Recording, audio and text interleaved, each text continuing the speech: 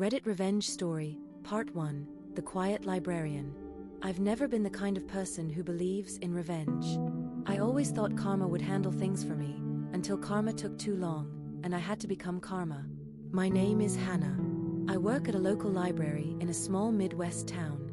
The kind of place where everyone knows everyone, and secrets are currency. I'd always flown under the radar, quiet, polite, reliable. But quiet people notice everything, especially the lies. My boss, Mr. Carter, was charming. Too charming. To the community, he was a hero for saving the library from budget cuts. But to us, the staff, he was a manipulative narcissist who took credit for our work, gaslit us in meetings, and played favorites so aggressively that good employees quit almost monthly. I should have quit too, but I didn't. Because I knew something no one else did. I knew about the fake invoices. I found them one rainy Thursday when I was helping archive old records for a grant audit. Hidden under building maintenance, there were multiple charges from companies that didn't exist. Thousands of dollars, gone. I printed copies and kept them at home. I waited. When he wrote me up for insubordination, because I wouldn't cancel a children's reading hour to host one of his personal fundraisers, I knew it was time. But I wasn't going to report him. That would be too easy. I was going to ruin him. And make sure he never saw it coming. Reddit Revenge Story, Part 2, The Setup. I began by changing nothing, at least on the surface. Every morning, I greeted Mr. Carter with the same fake smile he gave us. I brought muffins to staff meetings. I even laughed at his dumb jokes. The trick to real revenge? Make them think they've already won.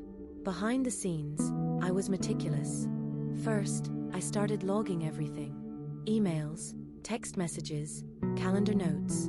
I kept a USB drive at home, and every week I updated it. I dug deeper into the library's financial records. There were more fake invoices. I even found a shell company linked to his wife's maiden name. Classic. Then came the next phase, planting seeds. I knew the regional auditor was coming in March. It was January. I had 2 months to prepare.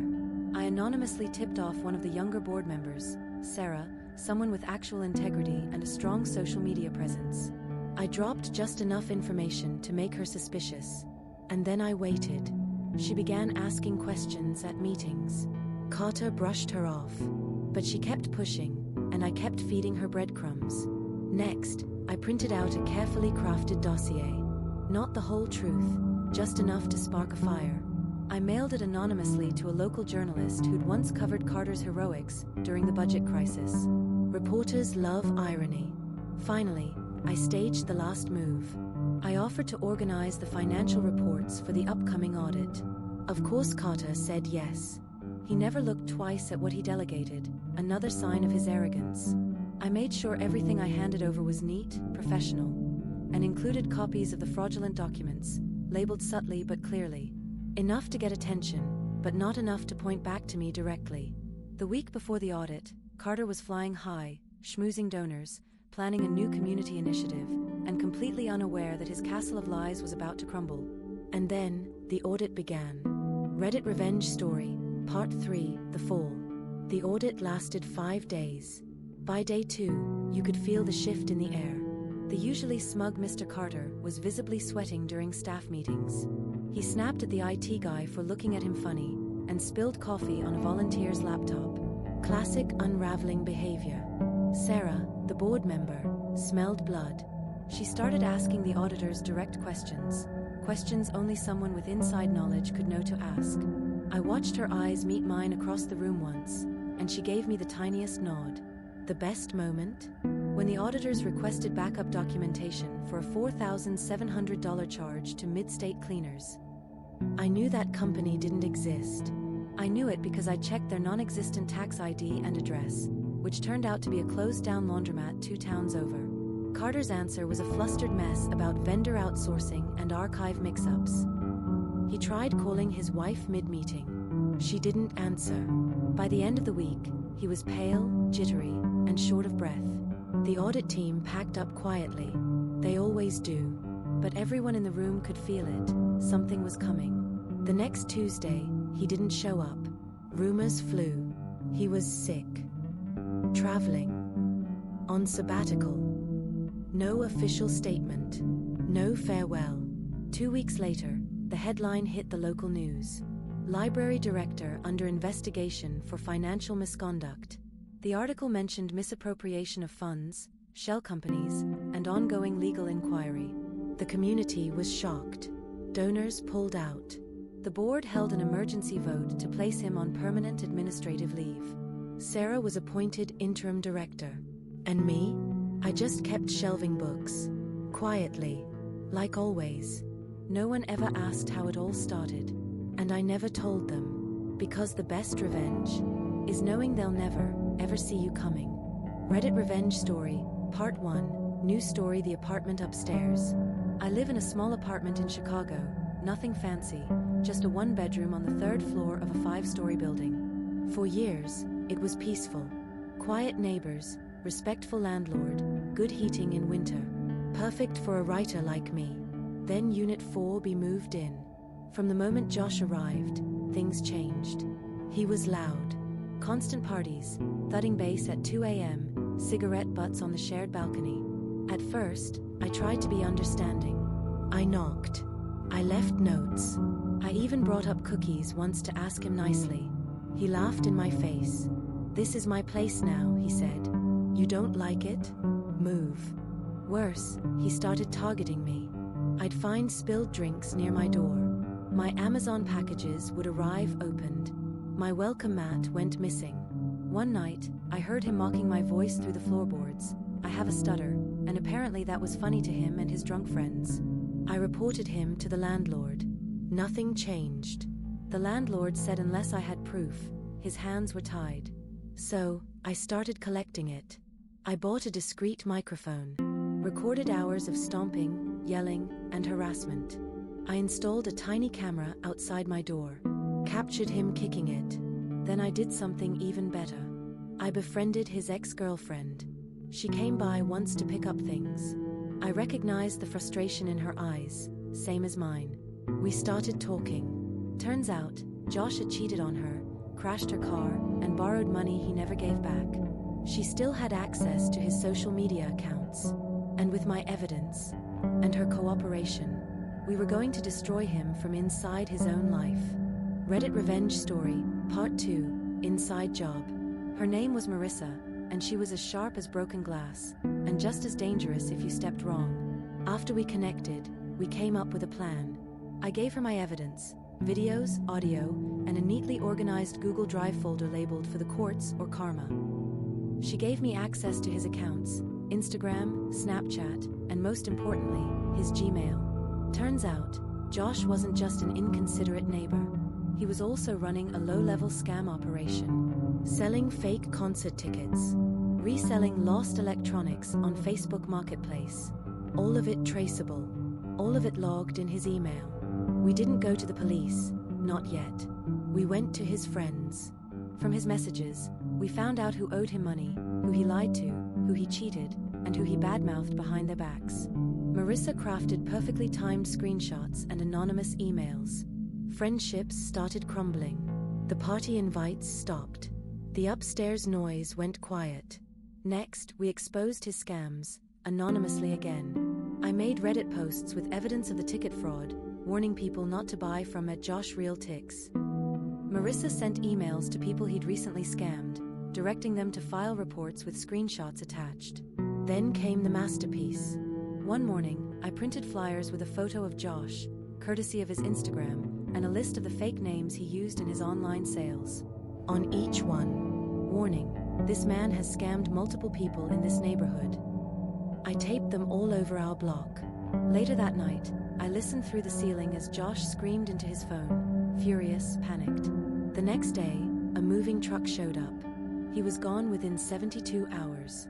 No goodbye, no confrontation, just silence. Reddit Revenge Story, Part 3, Final Echoes of Silence. For the first few days after Josh moved out, I couldn't sleep, not from anxiety, but from the unfamiliar silence. No footsteps, no bass, no laughter dripping with cruelty, just peace. Marissa and I kept in touch. She said she saw on one of his burner Instagram accounts that he was crashing on someone's couch in a nearby suburb. His online rep was in shambles. No more sneaker drops, no more sketchy sales. He tried posting on Facebook Marketplace again. Someone replied with a link to the Reddit thread that exposed him. He deleted the post within an hour. My landlord called me the following week. I'm guessing 4BS departure had something to do with your persistence? He asked, tone neutral. I simply said, guess he just couldn't handle the quiet. He laughed and offered me a discount on rent for the month as thanks for keeping the peace. But here's the thing about revenge, the real kind. It doesn't always come with fireworks or courtroom drama. Sometimes, it comes as a whisper, a shift in the air, a neighbor's door finally staying shut, a cup of coffee sipped in the quiet morning, knowing no one's going to spit on your welcome mat again. And sometimes, the best revenge is this. They're gone. You're still here. And no one knows how it happened. Except you. And maybe, a friend who knows how to burn quietly. Reddit Revenge Story, Part 1, The Promotion That Never Was. I've worked at the same mid-sized marketing firm in Seattle for 6 years. I'm not flashy. I don't network over martinis or throw out buzzwords in meetings. I just get results. Campaigns that win clients, drive revenue, and make the company look good. So when the promotion for senior strategist opened up last year, everyone thought it was mine. Except it wasn't. It went to Eric. Eric, who'd been with the company for 11 months. Eric, who once asked me what a CTR was. Eric, who played golf with the VP every other weekend. When I confronted my manager, he gave me the usual corporate spin. We value your work, but Eric brings a fresh perspective. Fresh perspective, my ass. I considered quitting, but then I realized, no, that's what they expect. Instead, I decided to stay and make Eric's life hell, but not openly. That would be too easy. I was going to destroy him from the inside, with spreadsheets, with silence, and with the kind of manipulation only a truly overlooked employee can pull off. Reddit Revenge Story, Part 2, The Strategy of Silence. My plan wasn't to sabotage Eric outright. No, that would be too obvious. I was going to weaponize his own incompetence. First, I started assigning him small tasks on our shared projects, the kind that look insignificant but are actually vital. Tracking deliverables, syncing with analytics, following up with the client after pitch calls. Every time, he'd screw it up. And every time, I'd cover for him, but only just enough. Enough to make sure the project didn't crash, but that the errors were visible. Enough that upper management began noticing the pattern, another mistake on Eric's team. Why wasn't this file sent? Where's the revised brief? Then came the emails. I CC'd him on everything, every single email thread. I asked him to reply to things he didn't understand. I started scheduling meetings with vague agendas and made him lead them. He stumbled. He floundered. He contradicted himself in front of clients. I kept a folder, Eric Mistakes _2024, just in case I ever needed to escalate. But I didn't. I wanted him to destroy himself. And he did. One day, our biggest client, a tech startup with a habit of being blunt, sent an email directly to my manager. Whoever this Eric guy is, take him off our account. He's wasting our time. That was the beginning of the end. Within a month, Eric was reassigned to internal projects. The promotion he had, quietly downgraded. His team, disbanded. And me? I kept working. Didn't gloat. Didn't say a word. I even offered to help him transition smoothly. He thanked me. He had no idea I'd been pulling the strings the whole time. Reddit Revenge Story, Part 3, Final Quiet Victory. A few weeks after Eric was quietly shuffled off to some brand alignment task force, I was called into my manager's office. I expected another performance review, more empty praise, maybe some hollow promises. But this time, he was different. Nervous. Awkward. We wanted to revisit something, he said. That senior strategist role. I said nothing. Just sipped my coffee. We feel like we might have overlooked some internal candidates. You've been here a long time, and frankly, the way you handled the Henderson account after the hiccups was exemplary. He was spinning, backpedaling. They needed me to fix what Eric broke. We'd like to offer you the promotion. I took it, of course, but not out of desperation, out of calculation. I made them work to get me to yes. Higher salary, more autonomy, a new office with a window. Eric? He didn't even say goodbye. One Monday morning, his desk was empty. Word was, he took a consulting gig somewhere in Arizona. I checked LinkedIn. His profile was deactivated. I never bragged, never admitted to anyone what I'd done. But every now and then, when a junior employee complains about being passed over, I smile and say, play the long game. Because in corporate revenge, just like chess, you don't win by shouting. You win by removing all their pieces, without ever raising your voice. Reddit Revenge Story, Part 1, The Wedding Whisperer. My best friend Olivia was getting married. We'd been inseparable since college. Late-night study sessions, heartbreaks, career moves. She was the kind of person who lit up a room. And when she met Grant, we all thought she'd finally found her match. But I knew something she didn't. Grant and I had a past. A messy one. Before he ever met Olivia, we dated, casually, at first. Then he ghosted me. No explanation. Just disappeared. Only to reappear months later, dating her. He never told her we had history. And I never told her either. Why? Because I trusted her. Because I thought he'd changed. Because I hoped it was just coincidence. But then, a week after they got engaged, I got a message. From a girl named Rachel. Hey, did Grant ever mention he was engaged to someone else? Because he was dating me 2 weeks ago. I froze. I asked Grant, directly. He laughed it off. Called Rachel crazy. Told me not to stir the pot before the wedding. So I didn't stir. I boiled it. From that moment on, I became the perfect maid of honor. Supportive. Smiling. Present. And quietly, behind the scenes, I started gathering stories. Screenshots. Voice memos. Hotel receipts. Rachel wasn't the only one. Grant had a pattern. And I was going to show it to Olivia. But only at the perfect moment. Right before she said, I do. Reddit Revenge Story, Part 2, The Bachelorette Trap. I planned Olivia's bachelorette party down to the last glittery detail. Private wine tasting in Napa. Spa day. Candlelit dinners. And of course, a night out in downtown San Francisco. Just the girls, dancing until we couldn't feel our heels. It was perfect. She had no idea what was coming. During the final dinner, after we'd all toasted her future and shared sweet stories, I stood up for a little speech. Before we get too drunk, I smiled. I want to show a little video I put together, memories of you and Grant and our friendship. Everyone clapped. She blushed. I plugged in my laptop. The first 2 minutes were exactly what she expected. Smiling photos, funny clips, music. Sweet. Nostalgic. Safe. Then the screen flickered. And it cut to Grant. With Rachel. And then another girl. And another. Clips of flirty DMs.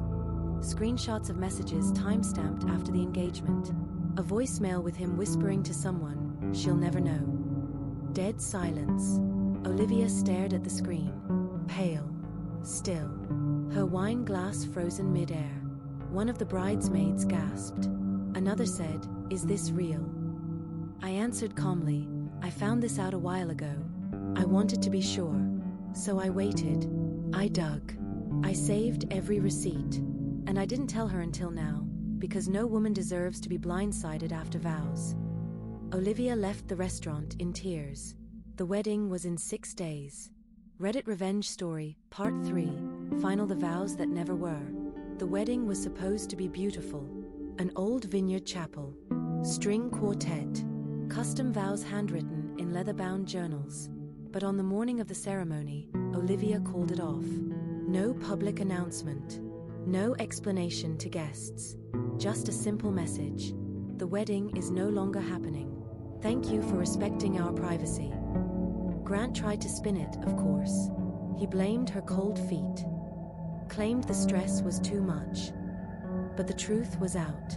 Rachel had gone viral. She posted the entire Bachelorette night reveal on TikTok. Millions of views. Hashtags trending, hashtag Grant exposed and hashtag wedding whisperer. His job? Gone. Reputation? Torched. Olivia? Free. And me? I didn't gloat. I stayed by Olivia's side while she cried. Held her hand when she cancelled the honeymoon. Helped her pack up the wedding dress she never wore. Months later, she started dating someone new. Slowly, carefully. She looked happier. And one night, over wine, she turned to me and said, "You saved me." I just smiled. Because some revenge stories don't end with fireworks. Sometimes they end with a woman walking away in silence. Before the music even starts. Reddit Revenge Story, Part 1, Locker 38. In high school, reputation was currency. And mine? Worth less than a lunch tray. I wasn't bullied exactly, just forgotten. One of those kids who blended into the lockers, whose name teachers stumbled over.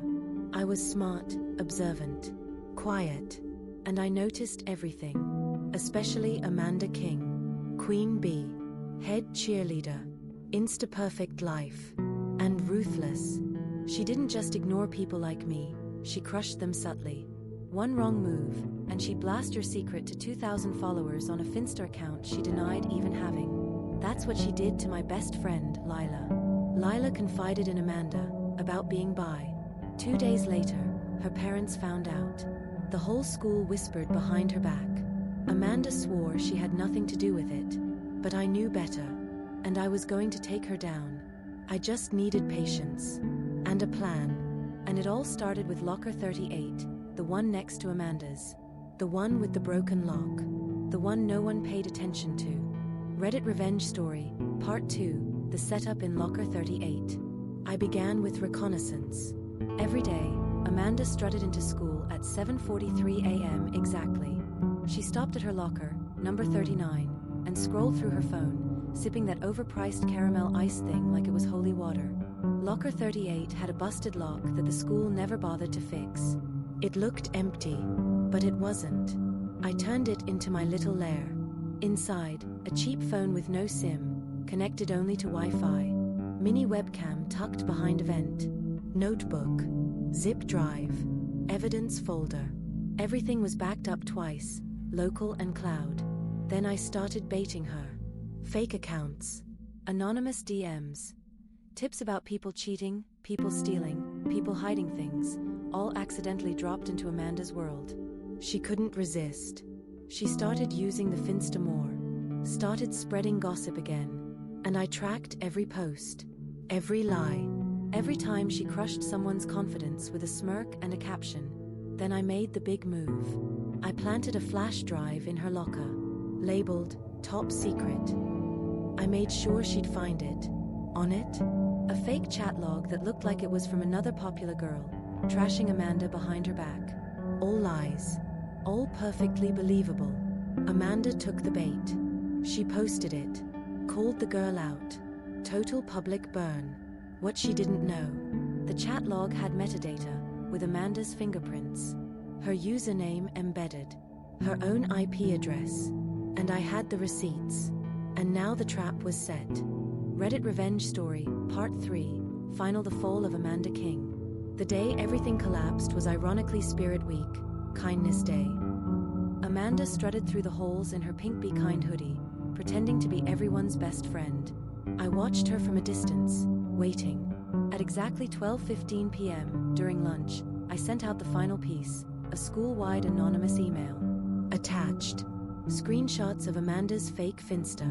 Every toxic post traced to her IP. Chat logs from Locker 38 showing how she doctored messages. And a folder named Confessions, audio clips of Amanda talking trash about half the senior class, recorded during locker-side phone calls. The school went silent. Phones buzzed. Heads turned. People gasped. Even the teachers looked confused. Within minutes, Amanda's smile cracked. She scrolled through her phone, paled, then ran out of the cafeteria. By 3 p.m., she'd been called into the principal's office. By 4 p.m., her cheer captain title was revoked. By the end of the week, her college recommendation was pulled. And me? I just walked past locker 38, smiled, and gently closed the door one last time. No one ever found out it was me. Not even Lila. Some say Amanda transferred schools. Others claim she reinvented herself online. But I knew the truth. Queen bees fall the hardest when they trip over their own stingers.